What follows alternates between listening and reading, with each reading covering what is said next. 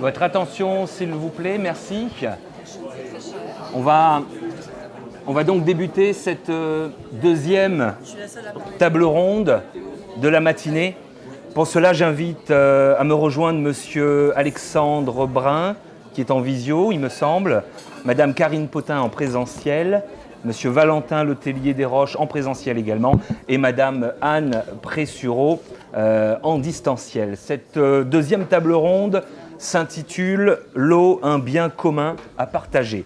4 experts vont se succéder pour ouvrir des pistes de réflexion en ce qui concerne la gouvernance de l'eau à la Réunion, en mettant l'accent surtout sur la prévention des conflits d'usage, l'équilibre entre les préservations de la biodiversité et activités socio-économiques, ainsi que les initiatives de gestion concertée de la ressource en eau à différentes échelles. Pour ce faire, permettez-moi d'accueillir Monsieur Brun. Vous êtes maître de conférence à l'université Paul Valéry de Montpellier. Nous vous souhaitons la bienvenue. Madame Bonjour Karine... à toutes et à tous. Bonjour Monsieur Brun. Madame Karine Potin, vous êtes la directrice de l'Agence régionale de la biodiversité. Merci de participer à ces discussions.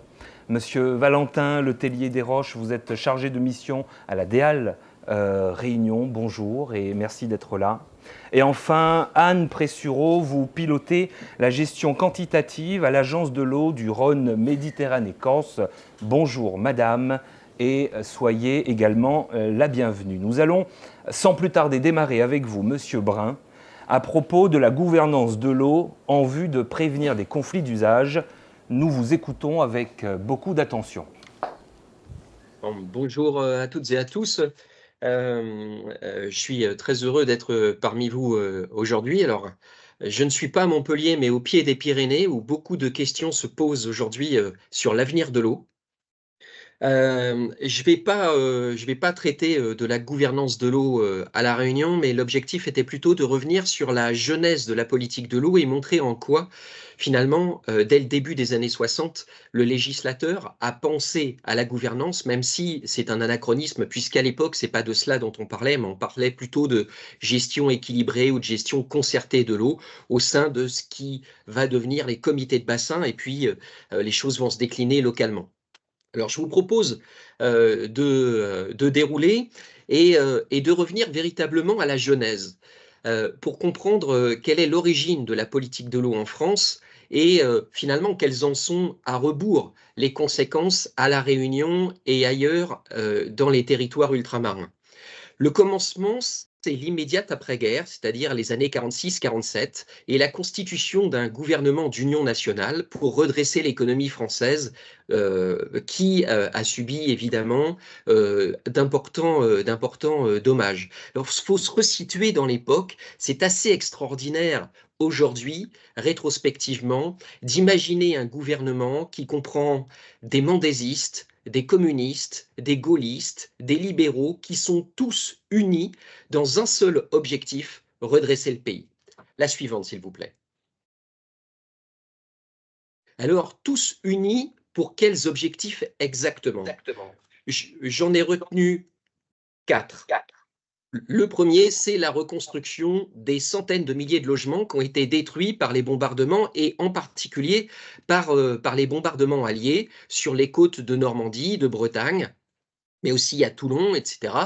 Donc l'idée, c'est de reconstruire des logements et ce pari va être tenu puisque au total, près d'1 million de logements vont être construits en une dizaine d'années.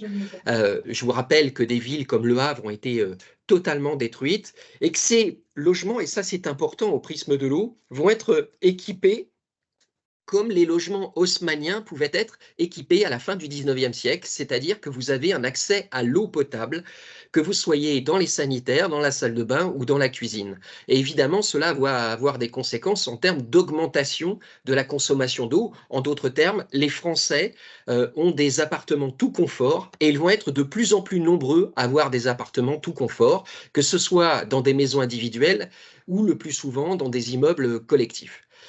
Le deuxième grand défi, c'est la réindustrialisation. L'industrie française est à terre et il faut reconstruire l'appareil industriel. Et l'appareil industriel, il va être reconstruit là où il était localisé jadis, dès la fin du XVIIIe siècle, dans le sillage de la révolution industrielle anglaise, et où sont localisées nos industries, à proximité immédiate des rivières et des fleuves, parce que l'industrie a besoin d'eau, en particulier l'industrie agroalimentaire, mais c'est vrai aussi pour une partie de la sidérurgie, c'est vrai pour le verre, etc. Et la France est alors potentiellement de nouveau un grand pays industriel.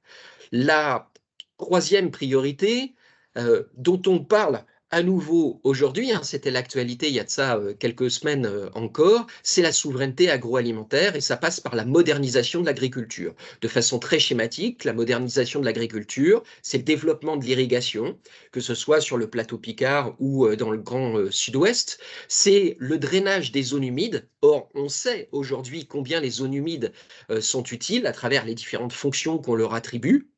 Il ne faut pas surestimer les fonctions des zones humides, mais elles jouent un rôle de station d'épuration naturelle à ciel ouvert, elles jouent un rôle de réservoir de biodiversité, elles restituent de l'eau en période d'étiage. Bon, donc à la fois du drainage, à la fois du comblement de zones humides, et puis évidemment l'utilisation massive de produits phytosanitaires pour répondre à ce qui va devenir au milieu des années 60 la première politique agricole commune sous l'impulsion néerlandaise et française. Je vous rappelle que c'est la France qui est à l'origine de la politique agricole commune. Et puis, le quatrième point, dont on parle aussi beaucoup aujourd'hui, c'est l'indépendance énergétique. Le général de Gaulle n'a pas seulement pour ambition de faire en sorte que les Américains qui ont libéré le territoire français repartent chez eux. L'objectif, c'est une indépendance énergétique. Cette indépendance énergétique, elle va passer à partir des années 70 par le développement de la production d'électricité nucléaire, mais elle passe aussi beaucoup à ce moment-là par le charbon et le développement massif, partout où c'est possible, de l'hydroélectricité. Et ces quatre grands défis, les pouvoirs publics durant la 4e République et au début de la 5e République, donc à partir de 1958, ces différents défis vont être relevés. La France va avoir des taux de croissance à faire pâlir la Chine aujourd'hui, des taux de croissance qui oscillent entre 6 et 8%. Et cette croissance, elle va se faire de facto, en partie, aux dépens de la ressource en eau. La ressource en eau va être mise à contribution pour le redressement national. La suivante, s'il vous plaît. Et cette période qu'on appelle celle des 30 Glorieuses, grosso modo de 1945 à 1975, en réalité 73-74, c'est-à-dire la crise pétrolière et la fin du plein emploi en France, c'est Jean Fourastier, l'économiste qui invente à juste raison cette expression des 30 Glorieuses. Ces 30 Glorieuses, elles s'inscrivent dans le prolongement d'une première croissance qui est due au développement industriel. Cette croissance, elle procède très largement de ce que le progrès technique rend possible l'impossible. Et pour ce qui nous concerne, grosso modo, il s'agit de domestiquer la nature et en particulier de valoriser partout où c'est possible, que ce soit en France ou dans les Outre-mer, la ressource en eau. La suivante, s'il vous plaît. Tout ça va déboucher sur des conséquences parce que mettre l'eau sous tension, c'est à la fois polluer l'eau. On a 3 grands types de pollution, les pollutions d'origine agricole, industrielle et domestique qui se cumulent. Les points noirs sont l'aval immédiat des villes. Les industriels et les pêcheurs vont se plaindre auprès de Matignon et petit à petit remonte l'idée de légiférer dans le domaine de l'eau. Ça va se traduire par le secrétariat permanent pour l'étude de la pollution des eaux qui est mis en place auprès du Premier ministre en 1959, par toute une série de commissions parlementaires et enfin par la première loi sur l'eau, celle du 16 décembre 1964, dite sur le régime de la répartition des eaux et la lutte contre la pollution. Cette loi, elle est très importante, elle jette les bases finalement de la politique de l'eau actuelle. On en hérite et il faut faire avec cet héritage. Le premier objectif, c'est de mettre en place la gestion de l'eau par bassin versant, Les agences financières de bassin sont instituées dans ce qui n'est pas à proprement parler un bassin versant pour un géographe. Loire-Bretagne, c'est pas un bassin versant. Artois-Picardie, c'est pas un bassin versant. Il ne reste pas moins qu'il y a une forme de cohérence à la fois administrative, économique au regard du nombre de redevables, et puis une certaine logique hydrographique. Donc, l'eau se développe. La politique de l'eau se développe à l'échelle des bassins versants. Il s'agit de désectorialiser la politique de l'eau. Le deuxième objectif, c'est un objectif qui repose sur un double principe, le principe pollueur, consommateur, payeur, pour financer les études et les actions qui sont conduites sous la forme de crédit d'impôt, d'aide directe par les agences qui vont devenir les agences de l'eau un peu plus tard. Et le troisième objectif, c'est la mise en place de parlements de l'eau afin de créer des solidarités en favorisant la concertation entre les usagers au sein des comités de bassin. Et ces comités de bassin vont se décliner un peu plus tard, à l'occasion de la loi sur l'eau de 1992, en commission locale de l'eau, quand seront mis en place des schémas d'aménagement et de gestion des eaux, lesquels s'insèrent dans des schémas directeurs d'aménagement et de gestion des eaux. Alors je sais que cette histoire est bien connue, mais il est important finalement de resituer les choses dans leur contexte et de dire que au fond, la question de la gouvernance de l'eau, elle n'est pas nouvelle. La question, c'est qu'est-ce qu'on en fait? Est-ce qu'il y a une forme de dévoiement de la participation citoyenne? Est-ce que ça fonctionne? Est-ce qu'il y a une forme d'équilibre suffisant entre les différents collèges, le collège de l'administration, le collège des territoires, et puis le collège des usagers? Finalement, est-ce que la place d'Électricité de France, la place des représentants des organisations socio-professionnelles agricoles, n'est-elle pas trop grande par rapport à la place des citoyens? Mais dans ce cas, comment faire en sorte que la place des citoyens, elle ait du sens, quelles paroles leur donner, sans tomber dans le travers de la démagogie du citoyen expert? Parce que la question de l'eau est consubstantiellement complexe, parce que l'eau, c'est complexe. Ça traverse les propriétés publiques et les propriétés privées, parce qu'il y a de l'eau de surface et de l'eau souterraine, parce que l'eau est certes res communis, c'est le patrimoine commun de la nation, c'est l'article 1er de la loi sur l'eau de 92, mais en même temps, l'eau, c'est très complexe à gérer. Et encore une fois, on a toujours besoin d'eau pour notre croissance économique. Ce qui était vrai dans l'immédiate après-guerre est toujours vrai aujourd'hui. Et c'est la raison pour laquelle il y a toujours des conflits d'usage. Et finalement, l'idée, c'était, dès 64, de favoriser, de réduire les conflits d'usage. Et ces conflits d'usage existent toujours, soit de façon directe, soit de façon indirecte. Les revendications du monde agricole dans le sud-ouest de la France, il y a de ça quelques jours, c'était parmi les revendications, l'idée c'était de payer moins cher l'eau, alors que je pense qu'une tarification de l'eau est absolument indispensable. D'ailleurs, elle relève du deuxième objectif de la loi de 64. Mais il est aussi impératif de donner des moyens, non seulement pour faire des études et des travaux, mais aussi des moyens qui soient plus coercitifs. Et c'est notamment la raison pour laquelle on a un Office français de la biodiversité. Cet Office français de la biodiversité, il joue un rôle de police, et la police de l'environnement, c'est le pilier qui est complémentaire au dispositif incitatif. La suivante, s'il vous plaît.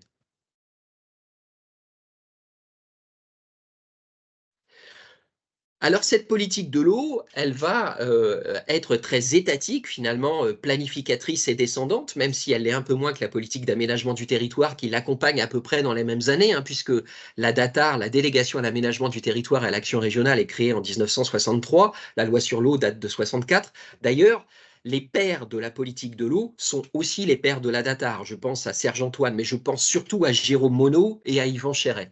Donc ces trois ingénieurs vont être autant du côté de la politique de l'eau que de la politique d'aménagement du territoire, mais il y a un grand tournant, évidemment, qui est le tournant, d'une part, de la décentralisation, qui désigne le transfert des compétences de l'État central à destination des collectivités territoriales, et le renforcement du pouvoir intercommunal avec la constitution d'établissements publics de différents niveaux qui vont permettre de favoriser la délégation de la gestion de l'eau, plus seulement de l'eau potable ou de l'assainissement, mais aussi de la gestion des milieux aquatiques et désormais des milieux aquatiques et de la prévention des inondations.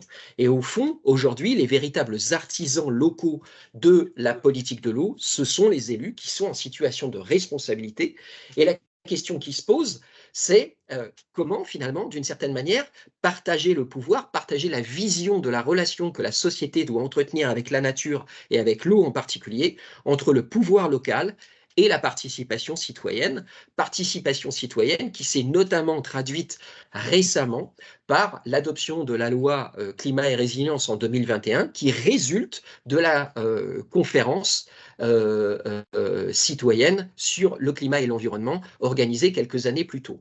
Donc, il y a un grand tournant dans les années 80 et 90, qui est à la fois un tournant relatif à la décentralisation, donc la gestion de l'eau est plus locale, mais il y a un autre tournant, c'est l'européanisation des politiques publiques, où là, on se rend compte que la législation, finalement, est moins aujourd'hui nationale que communautaire. En d'autres termes, 90% des lois votées au Parlement qui concernent l'environnement correspondent en réalité à des transpositions en droit interne de directives communautaires, qu'il s'agisse de directives sectorielles ou de directives cadres, comme la directive cadre sur l'eau, qui a été transposée dans le droit français avec la petite loi sur l'eau de 2004 et celle du 30 décembre 2006. Ce que je veux dire par là, c'est qu'il y a un double effet qui se coule, à la fois une décentralisation qui va favoriser le pouvoir local, et puis une législation qui monte d'un cran et qui arrive au niveau communautaire, et donc une forme de complexification de la gestion de l'eau, même si on ne doit pas oublier, encore une fois, les bases posées en 1964,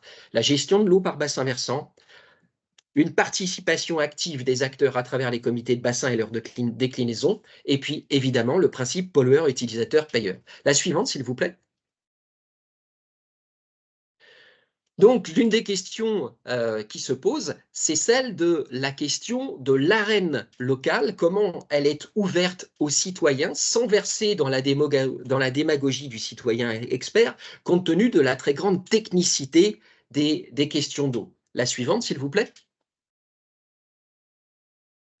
Au fond, aujourd'hui, la politique de l'eau, elle est très complète, avec des instruments qui sont imaginés par l'État ou le législateur, donc des instruments réglementaires. Et puis, à côté de ça, il y a des instruments contractuels qui les complètent. Typiquement, c'est le cas des schémas d'aménagement et de gestion des eaux, issus de la loi de 1992, ou des instruments contractuels comme les contrats de millions, qui sont des héritiers des contrats de rivière, dont la circulaire remonte de mémoire au 5 février 1983.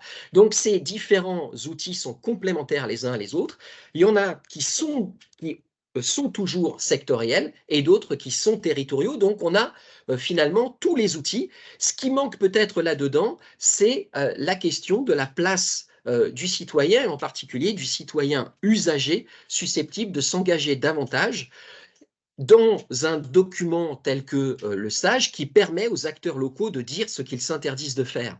En ce sens, le SAGE est un outil précieux. La suivante, s'il vous plaît. Alors finalement, je vous ai parlé de la loi de 1964. 3 lois plus tard, c'est-à-dire celle de 92, de 2004 et de 2006, vous avez devant vous un système qui est devenu extrêmement complexe. Donc la politique, ça c'est vraiment un schéma. Normalement le schéma, je ne suis pas dans la salle avec vous, mais normalement le schéma est incompréhensible et c'est écrit trop petit. Mais c'est fait à dessein. C'est pour vous montrer que tout ça est quand même très complexe. Vous en savez quelque chose puisque vous êtes vous-même probablement dans l'une des cases que j'ai présentées ici. Et ce qui est intéressant, c'est que c'est très paradoxal. À la fois c'est compliqué, mais curieusement ça marche. Ça marche avec des difficultés, mais ça marche. Et là encore, la question qui se pose là-dedans, c'est y a-t-il eu un choc de simplification? Ça, c'est une question que je renvoie aux législateurs et au gouvernement. Et la deuxième question qui se pose, c'est quelle est la place des citoyens là-dedans? Faut-il laisser de la place aux citoyens? Faut-il laisser de la place aux citoyens usagers? Comment tout ça fonctionne?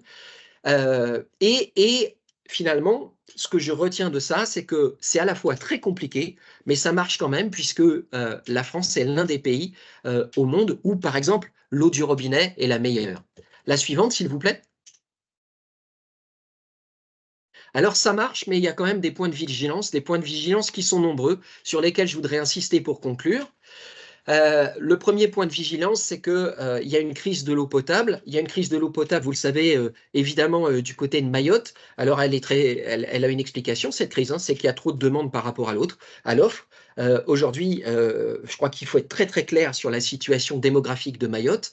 À Mayotte, il y a aujourd'hui une capacité d'accueil qui est très largement dépassée, que ce soit une capacité d'accueil sur le plan agroalimentaire comme sur le plan de la fourniture en eau potable. Et ça pose évidemment d'immenses problèmes. Mais dans les Antilles, du côté de la Guadeloupe, il y a des problèmes d'eau potable et ces problèmes d'eau potable ne sont pas seulement dus à l'inadéquation entre offre et demande, mais à la vétusté des réseaux qu'il faut retravailler du reste partout en France parce que nos réseaux d'eau, que ce soit pour l'eau potable ou l'assainissement, sont des réseaux qui vieillissent. Ils exigent des investissements importants et surtout, c'est très chronophage de remplacer les réseaux, c'est très long et ce remplacement des réseaux, c'est un immense défi. Un autre bilan en demi-teinte, évidemment, c'est que si à La Réunion, un tiers des masses d'eau superficielles est en bon état écologique, ça veut dire que les deux tiers ne sont pas en bon état. Alors, de deux choses l'une, soit l'État français s'est fourvoyé et s'est fixé des objectifs très très difficiles à atteindre, et c'était une belle bêtise stratégique au regard des exigences de la communauté européenne, soit finalement il y a encore des défaillances dans le système, et ces défaillances dans le système, on peut les identifier. En tout cas, du côté de la communauté scientifique, on en a identifié plusieurs, et on est au service de la communauté de l'eau pour y travailler. La suivante. Il y a des points de vigilance singuliers et qui relèvent à des questions de solidarité amont-aval. Alors, j'ai pris l'exemple de la Bretagne parce que, si vous permettez, je ne voudrais pas me mouiller sur la Réunion que je connais très mal. En revanche, sur la Bretagne, que je connais très très bien, il y a des vrais points de vigilance sur l'absence de solidarité amont-aval. Un amont qui est largoite, agricole, tourné principalement vers la production porcine, la production ovine, production de poulet, et un aval littoral et urbain dont l'économie est fragilisée par un modèle agricole breton aujourd'hui remis en cause. Et là-dedans, finalement, on se rend compte que les deux acteurs qui se parlent, c'est l'État et les organisations socio-professionnelles agricoles. La région Bretagne essaie de développer sa propre politique de l'eau avec beaucoup de difficultés au regard des stratégies qui sont propres aux départements et aux EPCI qui jouent parfois à double jeu avec les EPTB locaux. Donc finalement, une lisibilité stratégique compliquée et un problème qui perdure aux dépens à la fois de l'image que véhicule le monde agricole en Bretagne et évidemment des difficultés pour l'activité touristique, en particulier en période estivale, si je puis dire, période estivale un peu courte en Bretagne. Donc, il y a évidemment des enjeux là derrière, mais cette question des solidarités amont-aval, rive droite, rive gauche, commune riche, commune pauvre, etc., c'est la base des discussions qui doivent avoir lieu en matière de gouvernance de l'eau. La suivante, s'il vous plaît. Et puis, évidemment, la question de l'eau, ça renvoie aussi au remblaiement des zones humides, à la création de discontinuités écologiques qui passent par la multiplication des infrastructures, etc.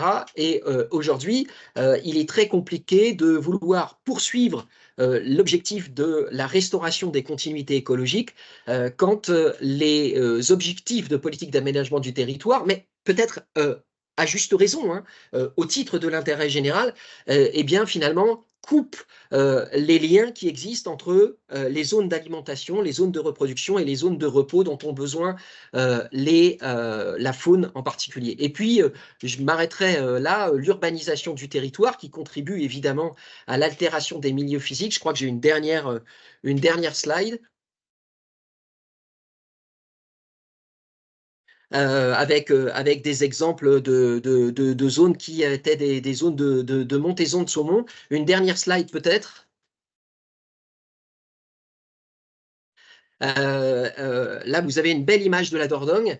La Dordogne qui est coupée par de nombreux barrages. Et là se pose évidemment la question de l'arbitrage à la fois politique, mais aussi citoyen, sur des injonctions contradictoires émanant des pouvoirs publics et de l'Union européenne, à savoir l'effacement d'un certain nombre d'ouvrages qui barrent la circulation des poissons migrateurs et qui permettent en même temps de répondre à la production d'énergie renouvelable. Donc on est sans cesse dans des injonctions contradictoires et la question qui se pose aujourd'hui, au fond, c'est est-ce que c'est au pouvoir public seul et aux élus seuls de décider et d'arbitrer effacement d'un barrage ou pas, ou est-ce qu'il doit y avoir une participation citoyenne? Mais encore une fois, une participation citoyenne, c'est très compliqué, d'abord parce qu'il faut l'organiser, et ensuite parce qu'il faut ne pas tomber dans le travers de la démagogie du citoyen expert, ou pire encore, de la radicalisation écologiste qui fait qu'on est finalement en situation de conflit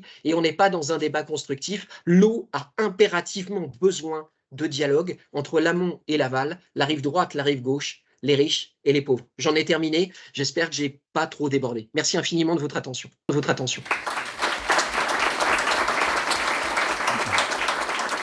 Merci Alexandre Brun pour cette analyse très détaillée. Alors, je rappelle que vous êtes maître de conférence à l'université Paul Valéry de Montpellier. Je sais que vous êtes aussi amené à intervenir là, durant toute la journée, même toute la semaine, dans le cadre de la semaine de l'eau. Est-ce que vous pensez qu'on a encore du temps pour une question et un échange avec la salle ? Oui, je vous en prie, les glaciers des Pyrénées vont pas fondre d'ici 1 heure ou deux. J'ai un tout petit peu de temps. Deux questions, ça marche. Bon, bah, croyez-moi, on va vous envoyer beaucoup de chaleur de la Réunion grâce à l'intervention du public. Monsieur, peut-être. Merci, Monsieur Brun, pour l'exposé très complet. Ouais. Je me pose la question de savoir, dans les conflits qui existent, s'il n'y a pas un médiateur qui pourrait être privilégié pour rapprocher les opinions contraires. Il faut une médiation pour gérer cette affaire. On n'a pas de médiation, là. On a parlé des hauts et les bas. Alors, près du micro, s'il vous plaît, monsieur. Le gouvernement, les paysans, etc. Mais quel est le média? Il faut qu'on trouve un médiateur qui soit entendu par l'ensemble des personnes pour pouvoir trouver une ébauche de convivialité ou de solution, comme vous voulez. Merci de votre réponse. C'est une excellente question, monsieur, et je vais vous répondre. Je fais confiance au territoire. Alors, c'est assez curieux hein, qu'un universitaire issu d'une université comme celle de Paul Valéry à Montpellier dise qu'il faut faire confiance aux responsables politiques, aux élus locaux en particulier. Je fais confiance aux élus locaux. Pourquoi? Parce que la gestion de l'eau par bassin versant, elle, concrètement, de façon très pratico-pratique, elle relève très largement des décisions qui vont être adoptées à travers les outils de planification de l'eau. J'ai évoqué les schémas d'aménagement et de gestion des eaux, j'ai évoqué les contrats de milieu, mais ça passe aussi et peut-être bien davantage encore par les plans locaux d'urbanisme intercommunaux et les schémas de cohérence territoriale. Qu'est-ce que je veux dire par là? C'est que, au fond, le sol, le foncier, en fait, la gestion des usages du sol et la gestion de l'eau, ça va de pair. Or, du fait de la décentralisation et du renforcement du pouvoir intercommunal, c'est précisément les élus locaux qui sont en situation de responsabilité. Donc, ils ont une double responsabilité. La responsabilité, c'est d'assumer les choix qu'ils vont faire au niveau local, parce que c'est bien au niveau local que ça se passe, parce qu'il n'y a pas un bassin versant pareil à l'autre. Il peut y avoir des invariants d'un bassin versant à l'autre. Mais chaque bassin versant a ses spécificités de géographie physique, mais peut-être et surtout ses spécificités de géographie humaine. En d'autres termes, c'est aux élus locaux, c'est-à-dire à celles et ceux pour lesquels nous avons voté, que nous avons mis en responsabilité. C'est à eux de faire le boulot qui consiste à assumer et à faire des choix. Mais attention, il y a aujourd'hui deux formes de démocratie. Une démocratie représentative, qui produit des élus, et une démocratie participative dont on voit progressivement l'avènement. Et donc, il ne faut pas la négliger. J'ai envie de dire qu'il faut faire avec et de façon intelligente. Mais quel est l'acteur le mieux placé pour pouvoir travailler avec les organisations socio-professionnelles et les organisations associatives, voire les citadins, les administrés? Je pense que c'est l'élu local. Alors vous allez me dire, il y a une très grande défiance à l'égard des institutions. Et les élus, aujourd'hui, ont 1000 difficultés. Un maire aujourd'hui, a des problèmes pour sa propre sécurité quand il traverse sa ville. On en est là. Il ne reste pas moins que je pense que l'une des façons de rétablir la confiance dans les institutions, c'est d'abord de faire confiance à nos maires. Alors, je n'ai pas forcément voté pour le maire de ma ville, mais il est en situation de responsabilité et je lui fais confiance et je pense que ce sera lui, parce qu'il est élu au niveau local, qui pourra faire l'interface avec les différents usagers et qui fera office de médiateur, et aussi parce qu'il a l'habitude de discuter avec l'État, pour pas dire d'aller au guichet de l'État dans le cadre des appels à projets lancés par l'État. C'est lui qui sera l'interlocuteur du préfet, l'interlocuteur du délégué de bassin, l'interlocuteur de l'agence, et donc je pense que c'est autour des élus que l'avenir de l'eau et de la participation se tient.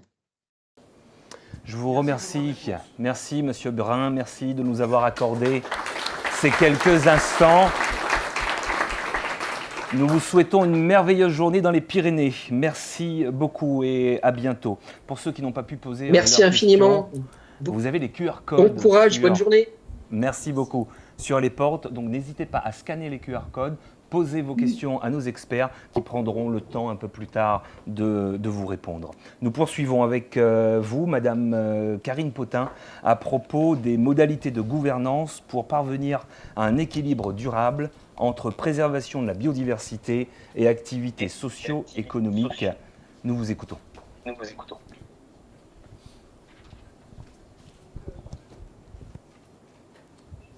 Vous m'entendez ? Oui. Bonjour à tous. Donc on va quitter l'eau douce et on va aller dans de l'eau salée. Et on va parler là, pas forcément de la disponibilité en ressources en eau, mais plutôt des usages et du partage d'un milieu aquatique en termes d'usage. Donc il l'a dit, je suis la directrice de l'Agence régionale de la biodiversité, mais de par mes précédentes fonctions, je peux témoigner de modalités de gouvernance qui ont eu lieu au sein de la réserve marine de La Réunion. Je ne sais pas comment ça marche. C'est le jaune ? Non, ça ne fonctionne pas. Peut-être qu'on peut aider Madame Potin.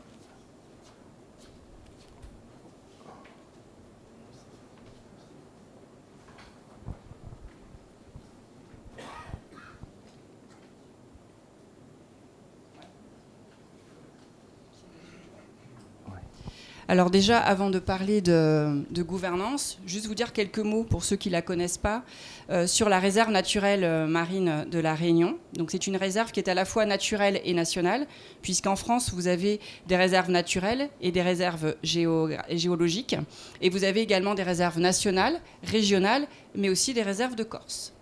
Petite spécificité. Donc à La Réunion, c'est une réserve qui est essentiellement marine, puisque vous pouvez avoir des réserves qui ont à la fois un périmètre terrestre et marin, comme c'est le cas par exemple à Saint-Martin. Mais à La Réunion, elle est essentiellement marine. Donc elle a été créée le 21 février 2007.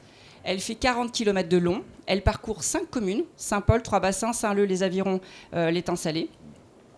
Donc elle va du Cap Laossé jusqu'à la Roche aux Oiseaux à l'Étang Salé. Donc elle fait 35 km² de superficie et protège à peu près 80% des récifs coralliens de l'île, puisqu'il manque les récifs coralliens du sud, Saint-Pierre et Petite-Île.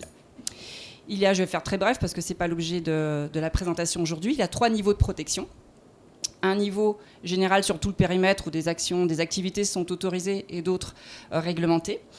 À cela s'ajoute à ce niveau général un niveau de protection renforcée, et notamment pour les activités extractives.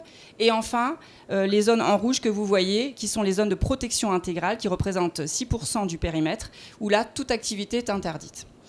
L'objectif de cette réserve naturelle et nationale marine, c'est à la base de protéger, de préserver les récifs coralliens de La Réunion et ce que l'on appelle tous les écosystèmes associés. Ça, si vous voulez des détails, je pourrais en parler après. Et la réserve marine entame son 2e plan de gestion de 10 ans, 2021-2030. Donc cette équipe, il y a une équipe gestionnaire qui a en gestion cette réserve marine avec 15 agents, donc, réunis donc, au sein d'un groupement d'intérêt public, avec 3 missions principales, l'éducation, la sensibilisation, la surveillance, la police, et l'amélioration des connaissances. Et on a également, bien évidemment, une cellule administrative pour faire fonctionner cette réserve. Donc en termes d'enjeux, ça rejoint un peu la carte qu'avait présentée le maire précédemment sur l'évolution de l'urbanisation de La Réunion. Et là, on le voit sur le complexe de l'Ermitage La Saline, la différence entre les années 1950, où il n'y avait pratiquement personne, et en 2017. Et vous savez que cela va aller en grandissant. Donc une forte pression démographique directe sur les récifs coralliens de la Réunion, sur la côte ouest. À cela s'ajoute aussi une énorme fréquentation des autres résidents de l'île et des touristes qui viennent sur ce périmètre. Donc plusieurs menaces, il y en a beaucoup. Là, je vous ai présenté quelques photos. Donc vous avez l'érosion des plages. Il y a monsieur Troadec qui est notre expert qui pourra en parler très longuement. Le blanchissement corallien qui peut amener à la mortalité des coraux. On a aussi depuis quelques années des phénomènes de grandes marées basses qui ne sont pas très favorables à une bonne santé pour les récifs coralliens. À gauche, vous avez une illustration d'exemple de prise de braconnage. Donc il y a un gros enjeu de braconnage à la réserve marine, et notamment la nuit, malgré une équipe de 6 agents très motivés et très compétents, et qui ont en plus multiplié les missions de nuit. Et à droite, en bas à droite, vous voyez un phénomène d'arrivée de boue dans des récifs coralliens. Donc ça, je ne vais pas m'étendre beaucoup là-dessus. Il y a Grégoire qui pourrait aussi intervenir à ce sujet. Voilà. Donc à cela s'ajoutent donc les activités humaines qui vont avoir un impact sur ces récifs, et le changement climatique également. Donc il y a également sur ce périmètre qui est mis en gestion énormément d'usages. Je ne vais pas tous les détailler. De la pêche. Alors la pêche, vous avez la pêche de loisirs à pied, vous avez la pêche de loisirs embarqués, vous avez la pêche sous-marine, vous avez la pêche professionnelle. Vous avez la pêche professionnelle. Vous avez les activités de découverte, vous avez de la voile, vous avez du kitesurf, vous avez du surf, vous avez du kayak, il y a énormément d'usages sur le périmètre de la réserve marine. Donc, qui dit énormément d'usages sur un même espace, dit qu'il y a évidemment quelquefois des conflits d'usage, puisque vous avez sur un même périmètre des usages qui peuvent avoir des intérêts différents. Si vous avez un kitesurfer qui veut kitesurfer en même temps que quelqu'un veut se baigner, vous voyez, c'est un petit peu compliqué. Je parle du site de Trudeau, par exemple. Et ces usages peuvent aussi avoir, évidemment, un impact sur le milieu. Donc on a des conflits d'usage, impact sur le milieu, qui peuvent générer également des conflits d'intérêts. Donc, on m'a demandé de parler justement pour concilier les usages et la protection sur un même usage. Vous avez plusieurs façons de le faire. En plus des autres missions de la réserve marine, la sensibilisation, ça c'est une des missions phares de la réserve marine, qui ne le fait pas tout seul, bien sûr, parce qu'il y a d'autres instances, des associations qui travaillent évidemment en partenariat avec la réserve marine. Construire un message, diffuser des messages et faire en sorte que le plus grand nombre soit le plus conscient d'abord de l'intérêt d'une réserve marine, de l'intérêt et de la beauté de ce beau patrimoine marin que l'on a en gestion, mais aussi de sa fragilité et aussi de ce qu'il peut faire pour limiter les impacts sur cette dégradation. La concertation aussi, puisque l'équipe gestionnaire n'est pas isolée dans une bulle à faire sa gestion et son plan de gestion tout seul. Il y a des instances d'ailleurs de concertation, il y a des instances Vous avez par exemple un comité consultatif qui regroupe 44 membres qui reflètent, en fait, qui représentent tous les usagers directs et indirects de la réserve marine. Donc là-dedans, vous avez les ligues de sport, les associations de protection de l'environnement, les élus, le rectorat, enfin voilà, les scientifiques bien sûr. Et vous avez une deuxième instance qui est composée de 15 experts indépendants qui représentent le conseil scientifique et qui viennent éclairer la gestion de la réserve marine. Donc la concertation facilite les contributions, il faut expliquer aussi le principe de concertation, et on le verra par la suite aussi la médiation, parce que quand vous concertez les gens, ils s'attendent à ce que vous preniez tout ce qu'ils disent dans leur globalité. Mais comme vous concertez plusieurs parties prenantes, il faut faire en fait un consensus de toutes ces concertations. Il faut expliquer cela, parce que des fois les gens ils ne comprennent pas, parce qu'ils disent vous m'avez concerté et je vois qu'au final le rendu n'est absolument pas ce que j'ai dit, donc en fait vous êtes un peu fiché de moi et en fait vous avez déjà votre projet. Donc il faut toujours expliquer quel est le principe de la concertation, toujours faire remonter les informations et surtout toujours faire une restitution finale qui explique les choix. Voilà, on s'est réunis, j'ai vu telle ou telle partie prenante, voilà ce que chaque partie prenante a demandé et voilà ce qu'on a décidé au final, au regard bien sûr de l'objectif premier d'une réserve nationale qui est de préserver. Et l'objectif premier d'une réserve, ce n'est pas de faire de l'économie. Elle doit comprendre et travailler pour que cette économie puisse se faire, mais ce n'est pas son objectif principal. Et il y a aussi des fois, on en a parlé tout à l'heure avec monsieur, sur la médiation.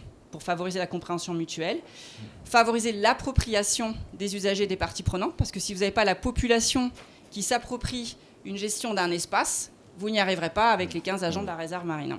Rencontrer des usagers d'univers différents, et ça on le verra, puisque je vais vous présenter un exemple, c'est important que les différents milieux se rencontrent, échangent. On a tendance souvent à faire des réunions bilatérales avec les scientifiques, avec les agriculteurs, avec les pêcheurs. C'est important aussi que ces milieux-là se parlent, parce que je pense qu'ils ont à apprendre les uns des autres, et ça permettrait aussi de mieux comprendre ce que font les uns et les autres. Donc on a fait par exemple pour la concertation, puis après je viendrai sur la médiation, la concertation, on a travaillé par exemple pour l'élaboration du deuxième plan de gestion.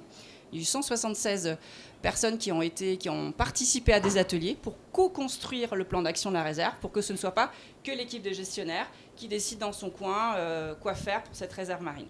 Donc c'était extrêmement riche et très instructif. Je vous ai présenté aussi l'exemple aussi du forum scientifique. Donc c'est un forum qui est organisé depuis 2 ans, parce qu'on se rend compte que même si on est sur une petite île et sur une petite réserve, parce qu'elle n'est pas très étendue quand on voit les autres réserves françaises, et des fois les scientifiques, on ne sait pas ce qu'ils font tous, et des fois entre eux, ils ne savent pas ce que les collègues font. Donc c'est important aussi qu'ils se rencontrent, qu'ils exposent ce qu'ils font de façon la plus vulgarisée possible, et ça peut aussi amener à des futures collaborations, et des fois à de la mutualisation, et à de l'économie aussi d'argent. Parce qu'il est arrivé par exemple que des équipes achètent les mêmes instruments qui pourraient être utilisés, enfin voilà, c'est des exemples.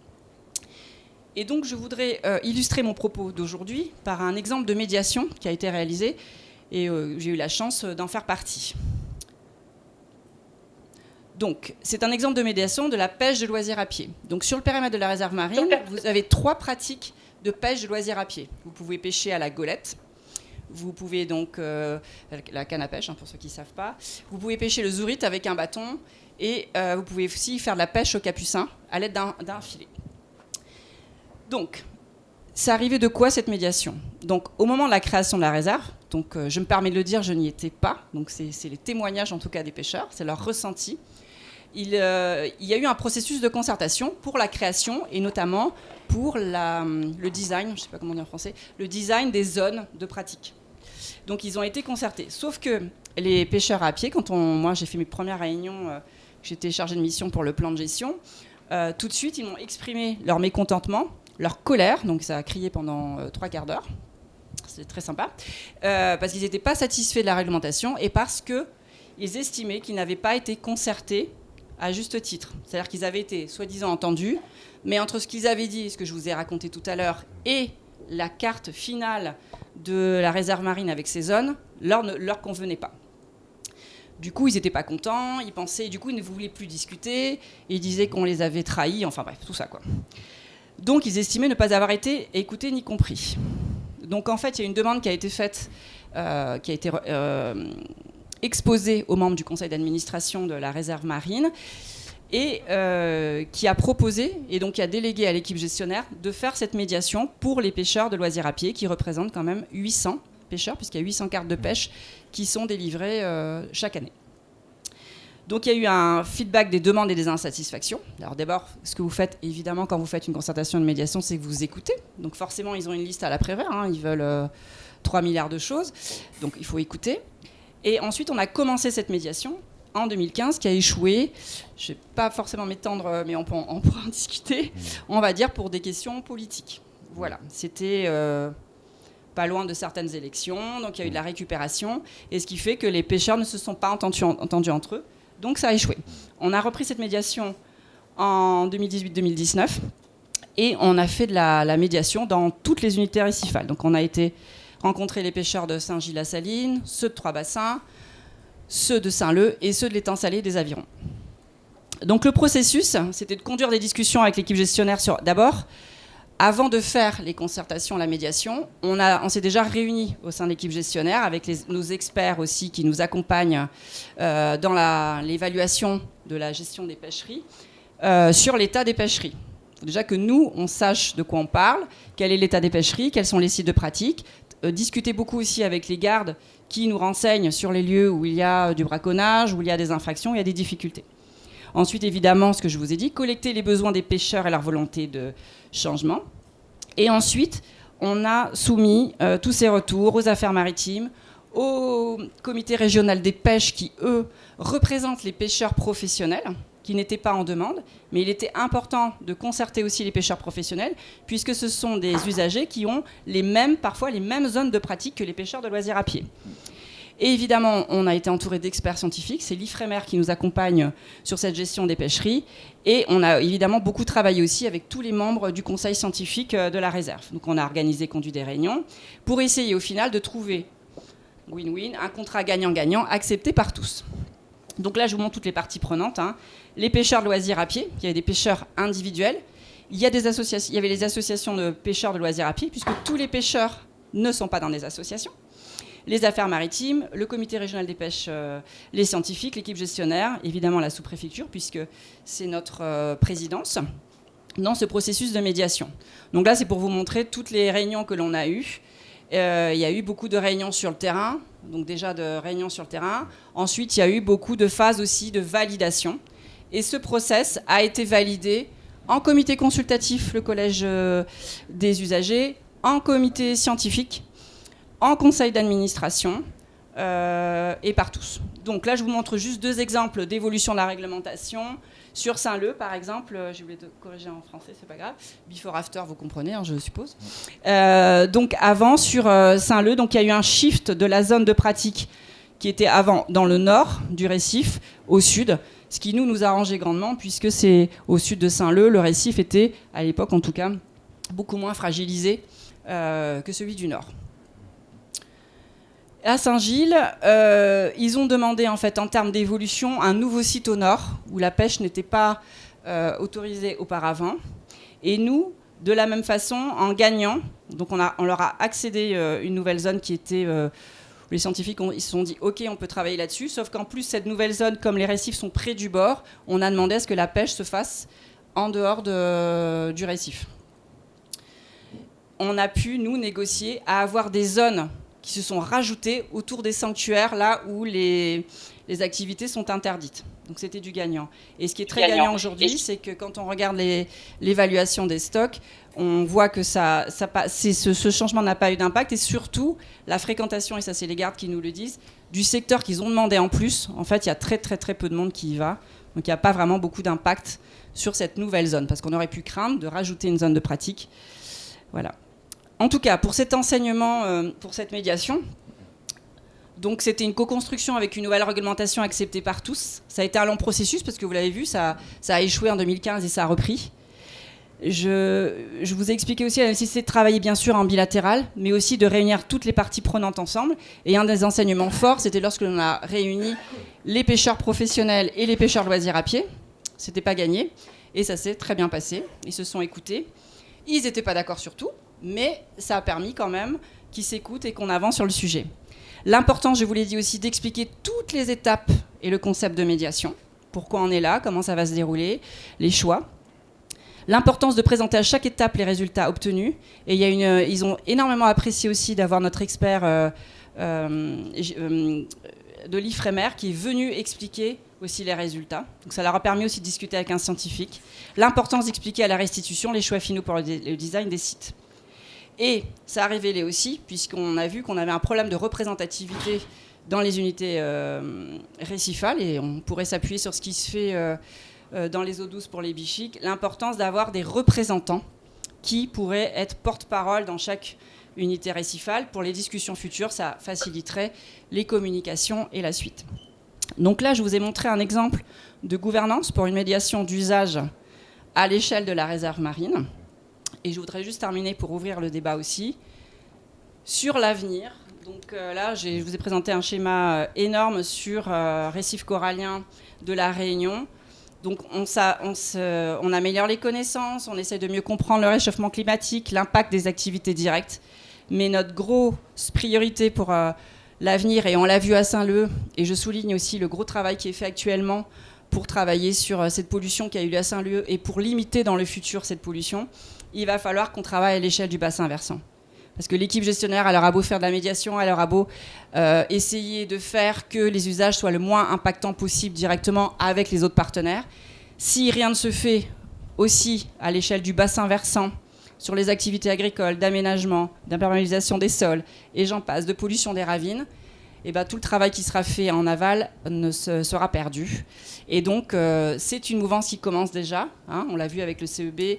Voilà, il y a une mouvance qui commence, mais il faut continuer. Et ce sera vraiment l'urgence de travailler à une autre échelle. Et ce travail à l'échelle du bassin versant sera aussi une des thématiques que nous porterons ou que nous co-animerons avec d'autres au sein de l'Agence régionale de la biodiversité, parce que maintenant, c'est une urgence de travailler tous ensemble à plus grande échelle et de ne pas rester chacun sur son périmètre. Bien. Voilà, je vous remercie. Merci. Merci Madame Potin. Je rappelle que vous êtes la directrice de l'Agence régionale de la biodiversité.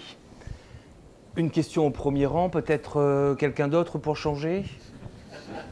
Eh bien, on va rester au premier rang. Peut-être que monsieur est un amateur de la pêche à la golette.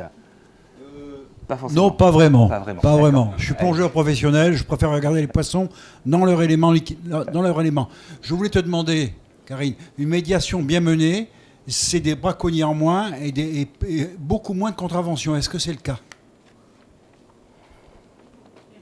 Bonne question. Alors, oui, enfin, en tout cas, je ne sais pas si c'est que le fruit de cette médiation ou tout le travail, parce qu'il y a tout le reste de l'équipe aussi qui fait un gros travail, notamment de sensibilisation.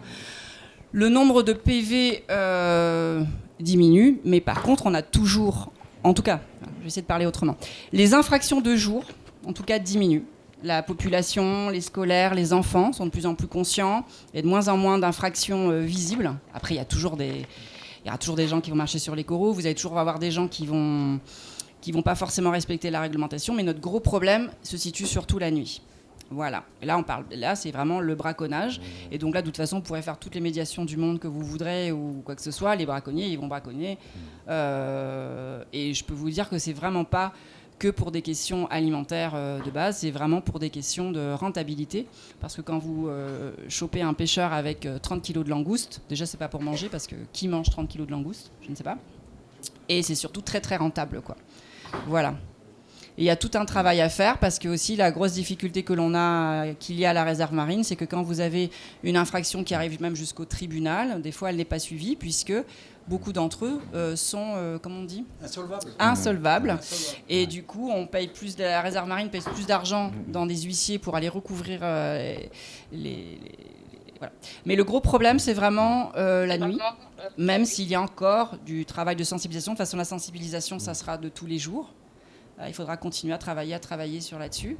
Mais encore une fois, je vous dis, il y a la sensibilisation, il y a le braconnage, et après, il y a tout ce qui se passe sur le bassin versant. Parce que ça aussi, c'est compliqué quand vous faites de la sensibilisation ou de la répression. Quand vous allez voir le petit pêcheur en lui disant « Oui, non, tu as, au lieu de pêcher 5 kilos, tu as 6,5 kg », et que la veille, vous avez eu les coulées de boue qui sont arrivées à 100 mètres et qui ont dégradé 99% des récifs coralliens, c'est très compliqué d'aller dire aux pêcheurs, voyez, même si bien évidemment chacun doit faire sa part, etc. etc. Donc voilà, c'est la difficulté des fois que l'on a. Tu te places dans une démarche d'éducation populaire, tu es d'accord ?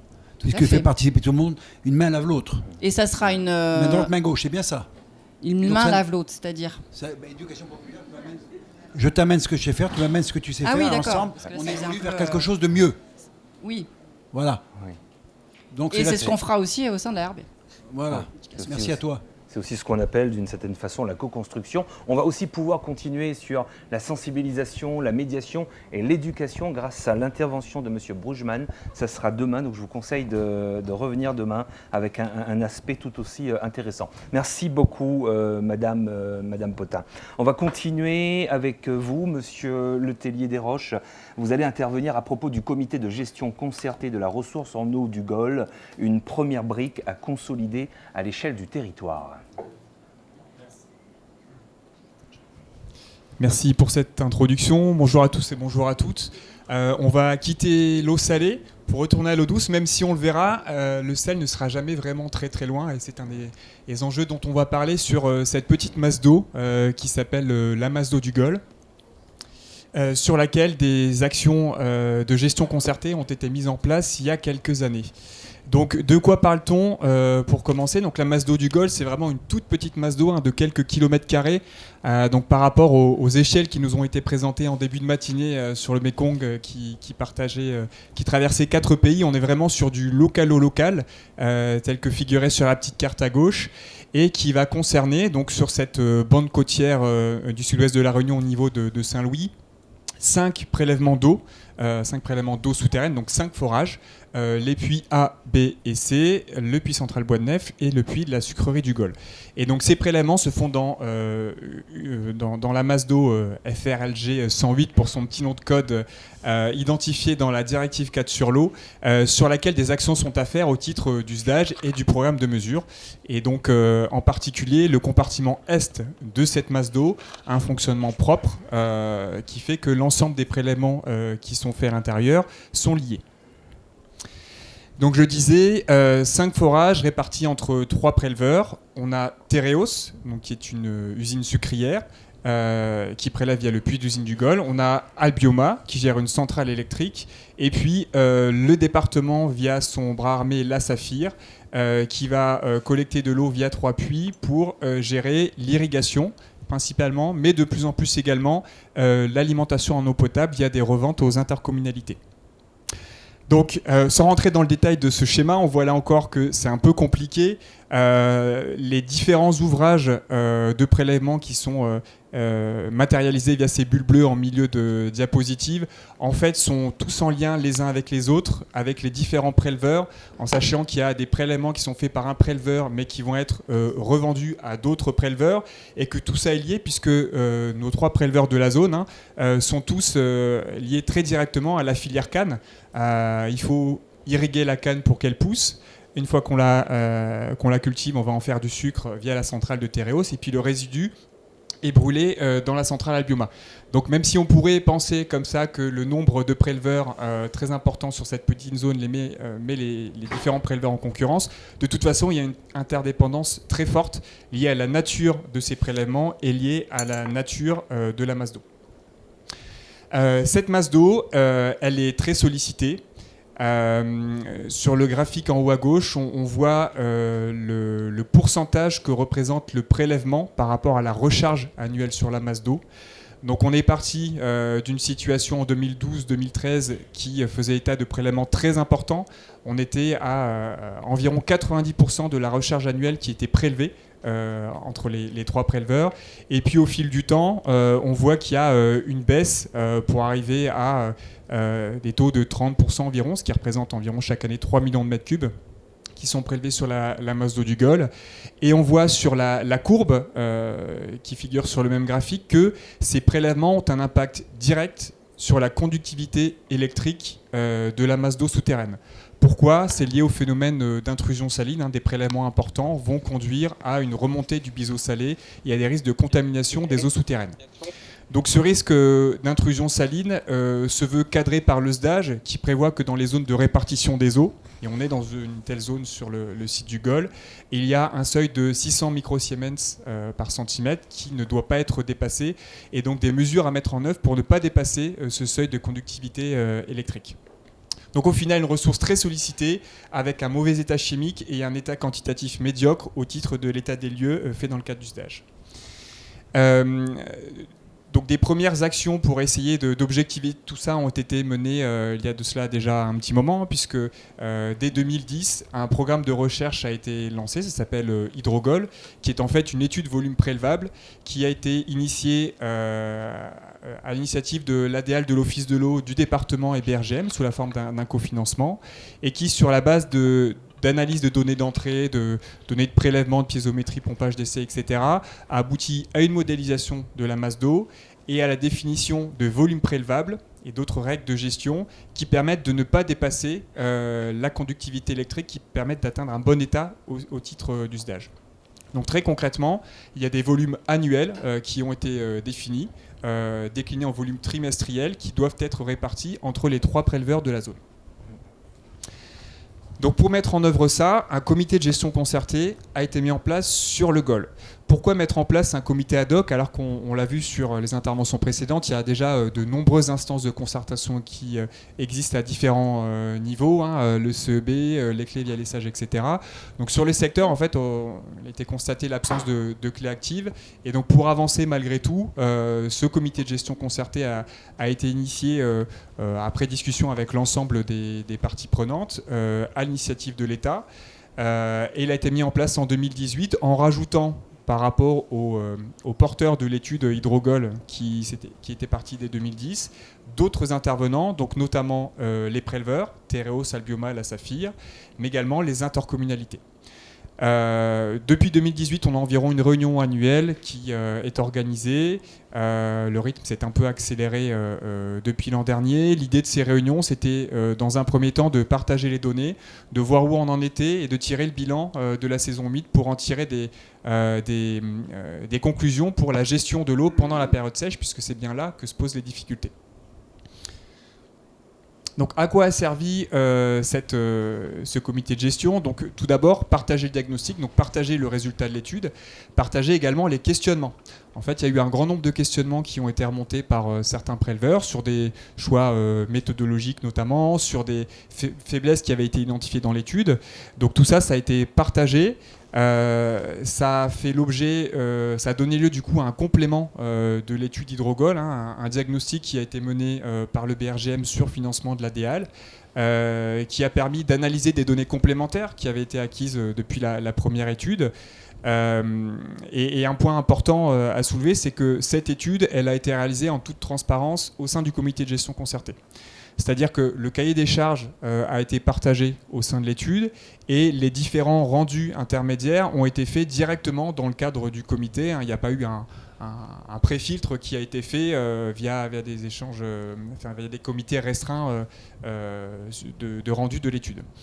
L'étude était intéressante parce que, de notre point de vue, elle a permis de renforcer un petit peu la concertation, l'instance de concertation qu'on a essayé de mettre en place, de lever les réserves techniques qui avaient été mises par certains préleveurs et de construire un petit peu plus encore la confiance entre les préleveurs et les différentes parties prenantes du comité de concertation. Conclusion importante également, c'est une conclusion directe en termes de gestion. On s'est rendu compte que la conductivité, ce qu'on pressentait déjà un petit peu, mais la conductivité n'était pas un critère pertinent de suivi de l'intrusion saline pour 2 des 5 ouvrages liés à des sources superficielles en fait, d'apport d'éléments minéraux. Je ne rentre pas dans le détail, mais en fait ça a conduit à du coup retenir en fonction des ouvrages certaines règles liées à la conductivité ou pas et d'autres règles liées au volume prélevable. Donc l'ensemble de règles de suivi du phénomène d'intrusion saline a été adapté suite à cette étude. Autre point important qu'a permis de faire ce comité de concertation, c'est de partager les données sur la source. C'est un point crucial, un peu ardu, souvent oublié, mais en fait, si on ne dispose pas de données de monitoring de la masse d'eau, on ne peut pas dresser de diagnostic précis et on ne peut pas donc mettre en place des mesures de gestion adaptées. Lors de la première version de l'étude Hydrogol, en 2010, on avait seulement 3 ouvrages sur les 5 qui étaient appareillés et qui permettaient de suivre les volumes, les concentrations en chlorure, la conductivité, etc. Donc tout au fil du processus de concertation mis en place. Et toujours sympa, ce petit écho. Tout au long du processus, du coup, les suivis ont été mis en place sur sur les 2 derniers ouvrages qui n'étaient pas appareillés en 2019, ce qui a permis aussi de montrer que tout le monde était à la même enseigne et que les données étaient partagées en toute transparence. Donc ces données, elles sont partagées depuis 2022 sur une plateforme de gestion documentaire, Resana, entre les différents membres du comité de gestion du GOL. Donc notamment, chaque préleveur voit à chaque trimestre ce qui a été prélevé par les autres préleveurs. Et on envisage d'aller plus loin en 2024 en lien avec le déploiement d'une base de données régionale sur les prélèvements. Et donc là, ce qui serait fait, c'est un versement mensuel via cette base de données qui permettra d'être plus réactif, de se rapprocher du temps réel et notamment de mieux gérer la sécheresse qui sévit souvent en fin d'année. Dernier point par rapport à cette commission de la ressource en eau, elle permet évidemment d'organiser le partage de la ressource, une fois que ces données et que ce diagnostic sont partagés. Donc, que montrent les données? Elles montrent qu'en fait, les volumes qui sont effectivement prélevés conduisent à des dépassements ponctuels des volumes qui sont prévus par Hydrogol. Donc, si on prend les volumes annuels, ça va. Depuis 2014, on n'a plus de dépassement. En revanche, sur les volumes trimestriels, là, on voit que ça coince. Donc, sans trop rentrer dans le détail, là, vous avez sur ce graphe les consommations trimestrielles qui sont représentées. Et la courbe rouge représente les seuils à ne pas dépasser par Hydrogol, qui varient selon chaque trimestre. Donc, dès lors qu'on a un dépassement, ça veut dire qu'on n'a pas respecté Hydrogol. Et donc, on voit sur les dernières années qu'il y a eu des dépassements ponctuels en fin d'année. Donc, c'est le dernier trimestre qui est le plus compliqué parce que c'est là qu'on a le besoin de plus d'eau et c'est là que les ressources d'eau sont les plus basses. Donc, on a cette question du dernier trimestre de l'année à gérer. Et donc, pour organiser ce partage de la ressource, il va nous falloir travailler sur les prélèvements réels effectués par les préleveurs, mais également sur les autorisations. Puisque lorsqu'on compare les autorisations, lorsqu'on somme les volumes autorisés pour les différents préleveurs, on se rend compte que les totaux, qui ne sont pas forcément toujours effectivement consommés, mais les totaux sont au-dessus de ce qu'il est préconisé dans Hydrogol. Là, les bâtons représentent les totaux autorisés et la courbe représente les volumes max d'Hydrogol. Donc on a entre 400 000 et 1 million de mètres cubes à trouver d'économies par an à l'échelle des 3 préleveurs. Donc ce travail va être de concertation du coup très fine, qui n'est pas forcément très simple, a été initié en fin d'année dernière au sein du comité de gestion du GOL. On a demandé déjà en première approche à chaque préleveur de nous présenter quelles étaient les économies qui avaient déjà été réalisées ces dernières années, via des choix technologiques notamment, nous présenter des premières pistes d'économie. Donc on va poursuivre la réflexion dans les prochains mois. L'idée, du coup, à moyen terme, c'est de figer cela dans des autorisations environnementales qui permettront, une fois la phase de concertation terminée, de passer en phase contrôle, instruction, police de l'environnement. Et du coup, quelques points de perspective pour finir. On a vu, si on prend un petit peu de recul sur ces 10-15 ans de gestion du GOL, qu'au final, on partait d'une situation qui était un petit peu compliquée, avec pas de données, avec des prélèvements très très importants sur une masse d'eau très limitée en surface, même si c'est une masse d'eau et qui est très productive. Et au final, la démarche a consisté à mettre en place une évaluation des volumes prélevables, à mettre en place de la concertation, définir des volumes par usage, donc là c'est la phase dans laquelle on est, et puis en vue de, dans un dernier temps, prendre en compte dans les autorisations actuelles des modifications de prélèvement, et puis aussi en tenir compte dans de nouvelles demandes potentielles, pas forcément pour le cas du GOL. Donc ça c'est un fonctionnement qui nous paraît intéressant. Ce qu'on propose malgré tout, c'est d'inverser les 2 premières briques. En fait, il paraît vraiment très important, dès le début, dès le lancement des études, de mettre en place ce comité de gestion, de concertation, pour que les résultats de l'étude soient vraiment appropriés par tous et qu'on perde beaucoup de temps dans les phases aval sur justement le diagnostic, qu'on puisse y aller directement sans remettre en cause des choix méthodologiques qui auraient pu être faits. Donc ce schéma, en fait, c'est quelque chose qui va être élargi. C'est pas une initiative isolée de La Réunion. Tout ça maintenant est codifié dans le Code de l'environnement. On a un décret gestion quantitative de la ressource en eau qui est sorti en 2021. Et un certain nombre d'études volumes prélevables qui sont déjà initiées ou en cours de déploiement sur les masses d'eau souterraines du nord, de l'ouest, du sud. Des initiatives lancées également sur les eaux superficielles, notamment sur la rivière du Mas, avec une étude globale qui a été lancée. Des réflexions qui sont en cours également sur les 2 autres rivières de Sierck, donc rivière des Galets et rivière Saint-Étienne. Et évidemment, toutes ces actions doivent s'inscrire dans un cadre plus global de mise en place d'un plan d'action de la ressource en eau. Donc là, c'est une réflexion un peu stratège, mais qui doit se décliner aussi en action opérationnelle, qui se fait dans le cadre du comité de l'eau et de la biodiversité et de sa commission ressources, et qui doit permettre de travailler en complément sur les usages de l'eau, la recherche de sobriété, avec un objectif macro au niveau national de réduire de 10% les prélèvements d'eau d'ici à 2030, objectif qui reste à décliner à La Réunion, avec des travaux sur les suppressions de fuites, sur la recherche de nouvelles ressources, enfin des choses sur lesquelles on travaille à La Réunion depuis plusieurs années, mais qui sont tout à fait complémentaires avec les actions à l'échelle de masse d'eau du type de celle sur la ressource en eau du Golfe. Je vous remercie de votre attention.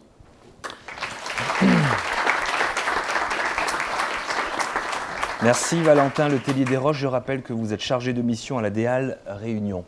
Si vous avez des questions, une observation, une réaction peut-être, monsieur ? Oui, bonjour. Ça marche ? Oui.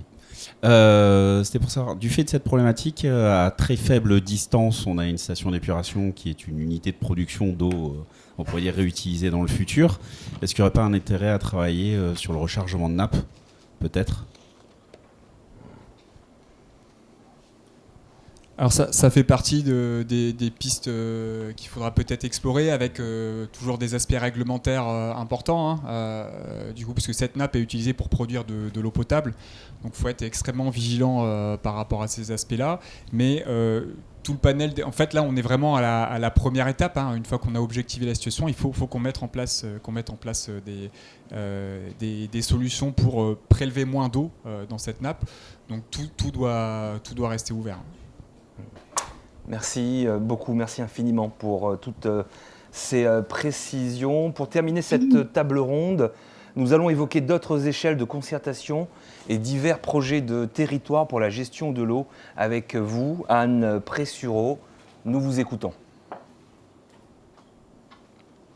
Oui, bonjour à vous. Et merci d'avoir suggéré qu'on puisse vous présenter ce qu'on a mis en place sur les bassins Rhône-Méditerranée et sur le bassin de Corse, et notamment autour d'un outil qui s'appelle, enfin c'est même une démarche, projet de territoire pour la gestion de l'eau, qui est une démarche qui a été proposée, enfin qui est réglementaire. On a une instruction de mai 2019 sur laquelle on s'appuie et qui permet d'avancer sur la gestion quantitative.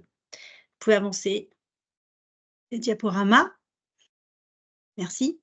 Donc, juste pour vous présenter que nous sommes sur le quart sud-est de la métropole avec l'île de Corse. Bon, la Réunion est un peu plus grossie par rapport à la Corse, mais bon.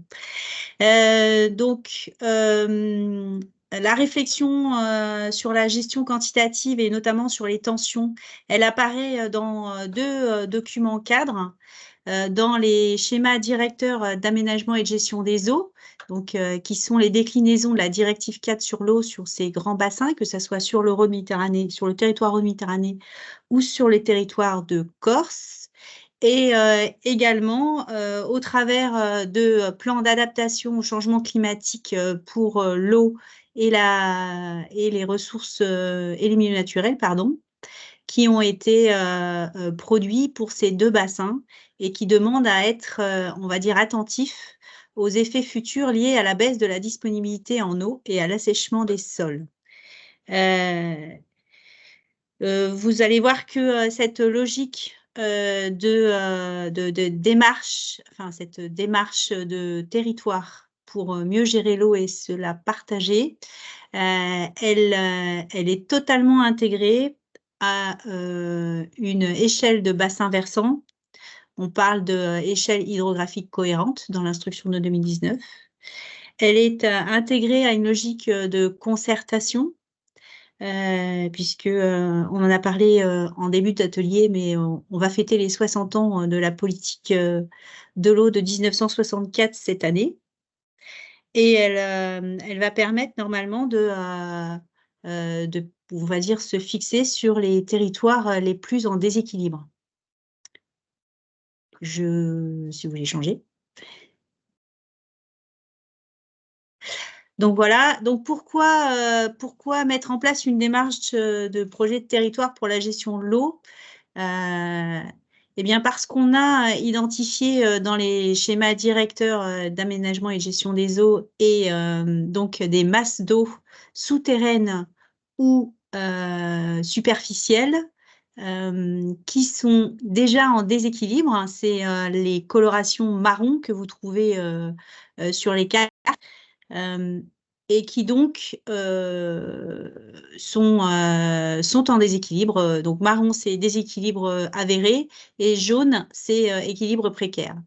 Sur ces masses d'eau, on va dire en tension, le schéma directeur d'aménagement et de gestion des eaux ont demandé d'abord qu'on réalise des études volume prélevables pour voir quel était le degré de déséquilibre.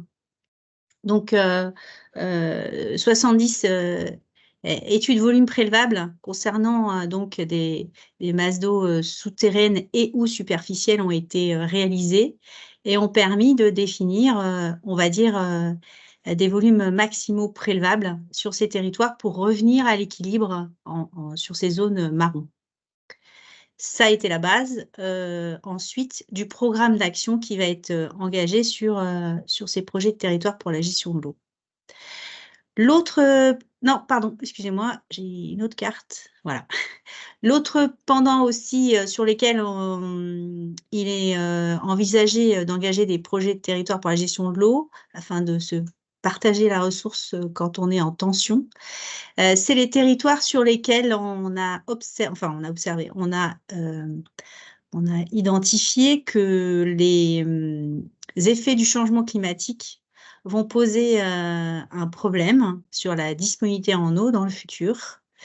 Et sur ces territoires-là, que ce soit sur les territoires de Méditerranée ou de Corse, il est donc suggéré d'engager des projets de territoire pour la gestion de l'eau. En assuré sur la carte avec les zones en bleu, vous avez les projets de territoire pour la gestion de l'eau qui sont déjà adoptés. Donc, on en a 70 déjà adoptés sur le territoire. Et sur les zones bleues qui ne sont pas assurées, ce sont des PTGE à conduire ou en cours de réalisation. Donc, on est bien sur des projets de territoire dont l'objectif est de retrouver l'équilibre entre les besoins et les ressources actuelles, mais en ayant en perspective les effets du changement climatique sur la ressource en eau et les milieux naturels. Oui. Alors, les projets de territoire pour la gestion de l'eau, ils sont composés de 5 ingrédients. On en a un petit peu parlé dans les exemples précédents. Donc, le premier, c'est d'abord d'engager un dialogue territorial, donc de construire un groupe de contribution ou un comité de suivi qui va travailler sur et qui est représentatif de l'ensemble des usagers de l'eau. Donc, c'est bien une démarche collective. Le deuxième ingrédient, c'est de pouvoir avoir un diagnostic sur les ressources et les besoins actuels. Donc, s'il y a une étude prélevable, eh bien, on pourra s'appuyer sur cette étude prélevable.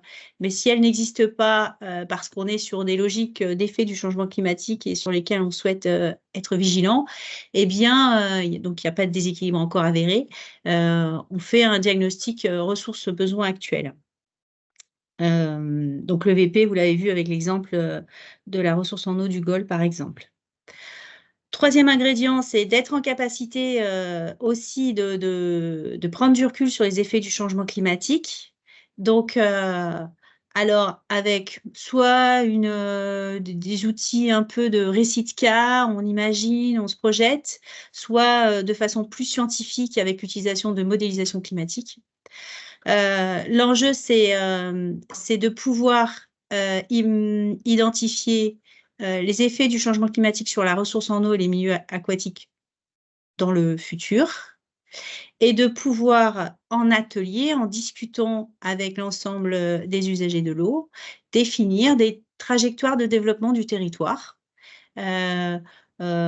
pouvant s'appuyer sur des infrastructures ou plus sur des solutions fondées sur la nature ou un mixte, et en fonction des besoins du territoire. Ces scénarios un peu contrastés d'évolution du territoire en fonction de la ressource qu'on a aujourd'hui et de la ressource qu'on aura demain, c'est un peu le cœur du dispositif, puisque c'est là où il y aura débat sur l'ensemble des besoins des acteurs. Et avec cette réflexion un petit peu futuriste, l'idée, c'est de construire le plan d'action, donc le projet de territoire pour la gestion de l'eau du territoire, donc avec des actions très concrètes. C'est donc des engagements sur la réduction des fuites des réseaux, des suivis, amélioration de la connaissance. Ça peut être des effacements d'ouvrages, la promotion des zones humides, etc. Tout ce qui peut permettre de recharger les nappes et les cours d'eau. Et donc d'intégrer, quoi qu'il en soit, en priorité, ce qu'on appelle, nous, un volet sobriété, puisqu'on est sur des ressources en déséquilibre, donc de valoriser l'économie d'eau d'abord. Et ce plan d'action, il est construit avec certaines actions qui peuvent être des ouvrages structurants, des ouvrages importants, sur lesquels il est demandé de faire une analyse financière, une analyse économique sur la durabilité des ouvrages qui sont proposés pour que l'ensemble des acteurs aient connaissance de qui paye quoi sur les infrastructures qui vont être engagées pour le territoire, que ce soit partagé, accepté, validé, et d'éviter également la maladaptation ou les risques de regret sur des zones sur lesquelles le remplissage de certains ouvrages ou des aménagements ne serait pas adapté dans le futur. L'important du projet de territoire pour la gestion de l'eau, c'est de pouvoir s'entendre, arbitrer et faire les meilleurs choix au meilleur moment. Voilà. On travaille beaucoup donc sur la concertation. C'est une logique, on va dire, qui est très infusée en matière de gestion de l'eau. Et de fait, on va dire le PTGE est un des outils comme les contrats de rivière ou les schémas d'aménagement de gestion des eaux, mais qui est ciblé que sur la gestion quantitative. Oui. Alors, des exemples de certains projets de territoire pour la gestion de l'eau. Par exemple, sur le nord du bassin, on a plusieurs actions d'économie d'eau. On a la récupération des eaux pluviales dans les plans locaux d'urbanisme. On en a parlé tout à l'heure des projets liés à l'aménagement du territoire, les SCOT ou les PLU. On a des actions de restauration des milieux sur certains bassins versants, hydromorphologie ou de meilleure gestion des étangs. On a aussi des propositions d'ouvrages, on va dire, plus en dur, que ce soit des ouvrages de transfert d'eau pour soulager des nappes en déséquilibre à partir de ressources moins déficitaires, ou alors la création d'ouvrages de stockage qui viennent pour substituer, on est d'accord, des eaux qui ne seraient plus prélevées sur les ressources actuelles en déséquilibre. Donc, c'est bien des actions à la carte sur le territoire, basées sur des données techniques et scientifiques et qui seront dépendants des débats qui auront eu lieu sur le territoire avec l'ensemble des usagers. Oui. De fait, les projets de territoire pour la gestion de l'eau ont plusieurs intérêts. Ils s'articulent aussi avec d'autres plans et programmes. Et il existe encore des évolutions sur ce type de démarche. Premier bilan qu'on a pu faire, puisque c'est les études de volume prélevable datent de 2006-2008. Et les premiers PTGE datent de 2014-2015.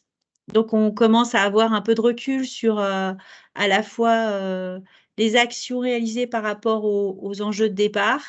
Et donc, on a aujourd'hui, avec ces outils, réussi à économiser 340 millions de mètres cubes sur le bassin. Je parle du bassin Rhône-Méditerranée. on a aussi ouvert la possibilité de financement d'ouvrages, que ce soit de transfert ou de substitution, pour soulager la ressource, mais pas que. Je l'ai dit aussi, il y a la réduction des fuites des réseaux, il y a la communication, de la sensibilisation, il y a tous les dispositifs de mesure aussi qui sont financés. Donc les bilans et évaluations sont en cours, à la fois sur les actions, sur les volumes économisés et sur l'effet sur la ressource.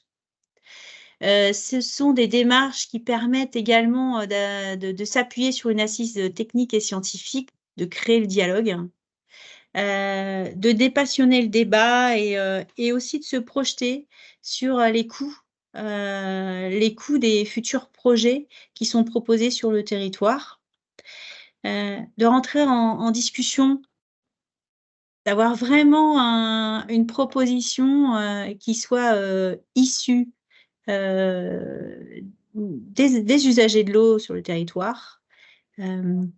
C'est un peu la clé de voûte de cet outil.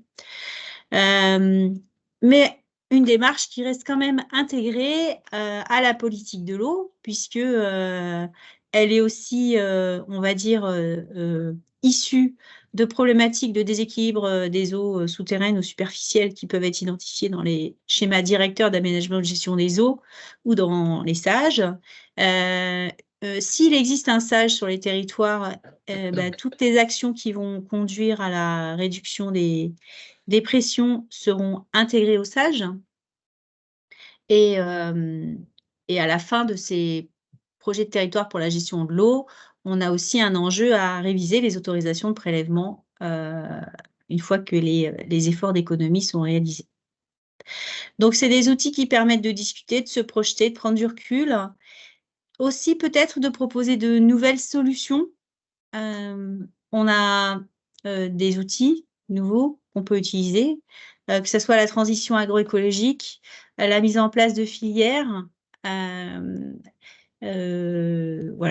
qui promeut l'économie d'eau, et puis d'intégrer aussi des outils de participation et de sensibilisation pour faire prendre conscience aussi des difficultés qui existent sur la ressource en eau. Voilà.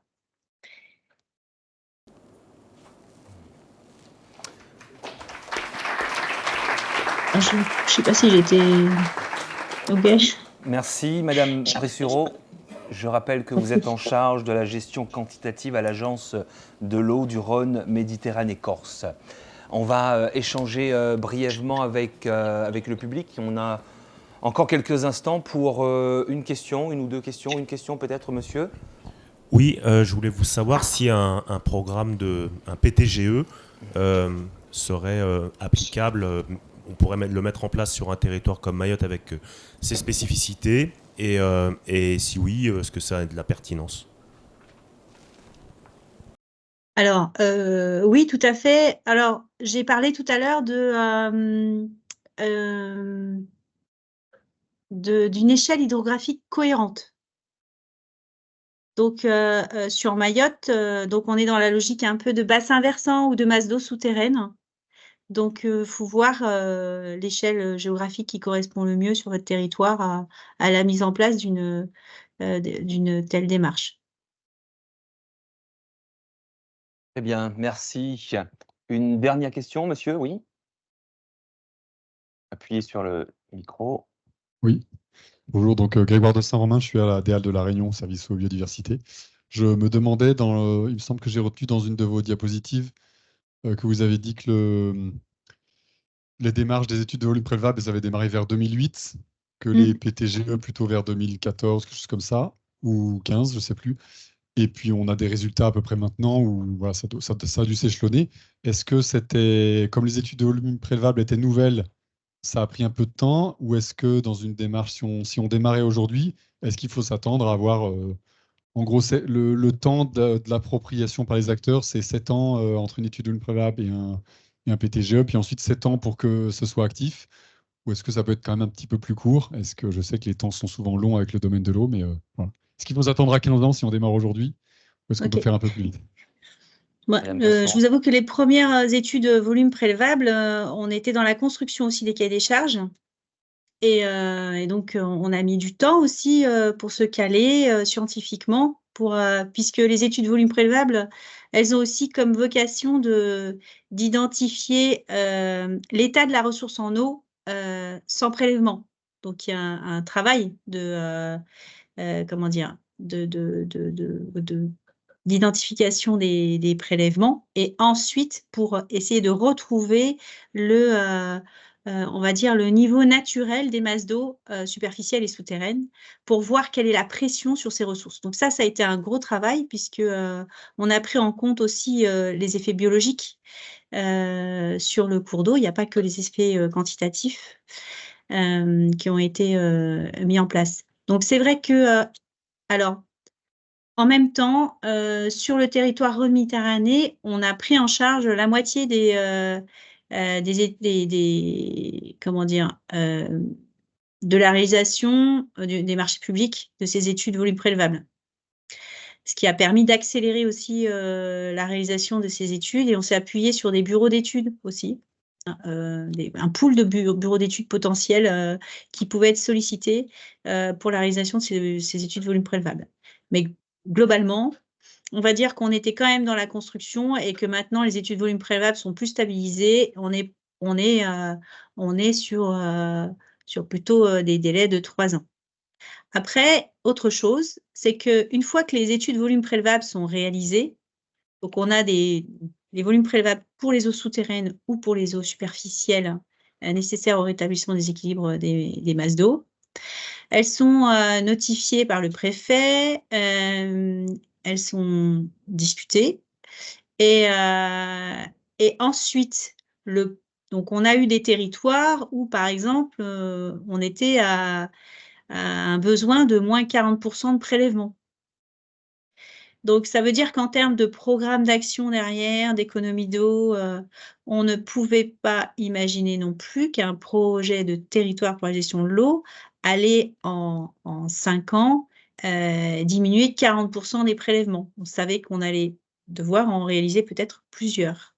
Donc, chaque PTGE rappelle ce qui est attendu dans les études volume prélevable, enfin, dans quel volume prélevable fixé, et comment est-ce que le projet de territoire va contribuer pour réduire la pression sur les ressources et s'ouvrir des marges de manœuvre futures.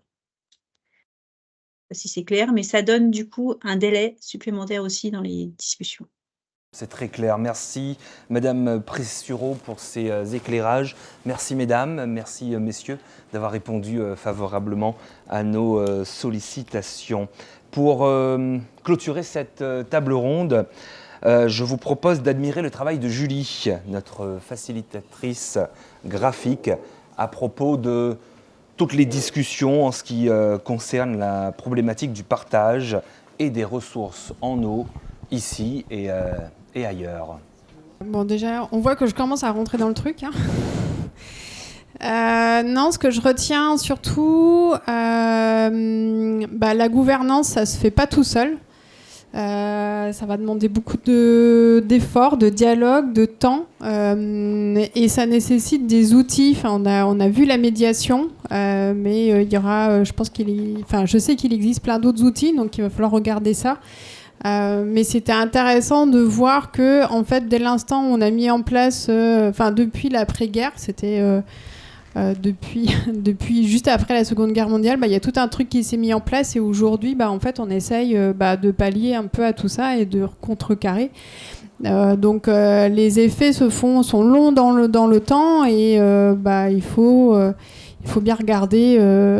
Chaque action, en tout cas, il faut savoir regarder à long terme, ça va être quoi l'impact, et pas se dire là c'est cool maintenant. Il faut aussi regarder est-ce que ça va être cool pour demain.